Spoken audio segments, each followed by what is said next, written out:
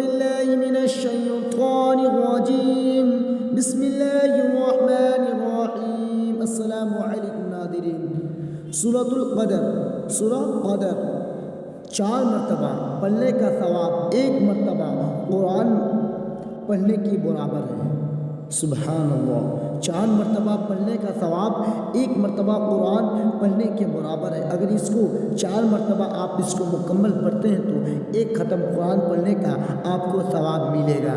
चलिए वीडियो को शुरू करता हूँ। बिस्मिल्लाहिर्रहमानिर्रहीम।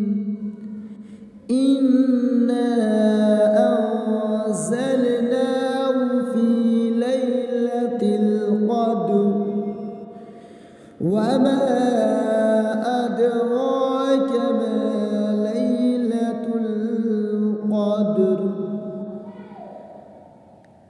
लैलतुल क़द्रि खैरुम मिन अल्फ़ि शहर। तनज़्ज़लुल मलाइकतु वर्रूहु फ़ीहा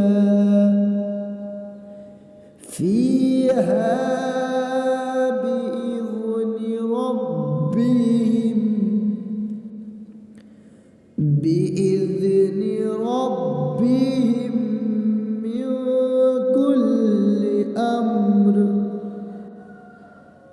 सलामुन हिया हत्ता मत्लइल फ़ज्र। उम्मीद करता हूँ आपको समझ आया होगा और उसका मर्तबा भी आपको पता हो गया होगा।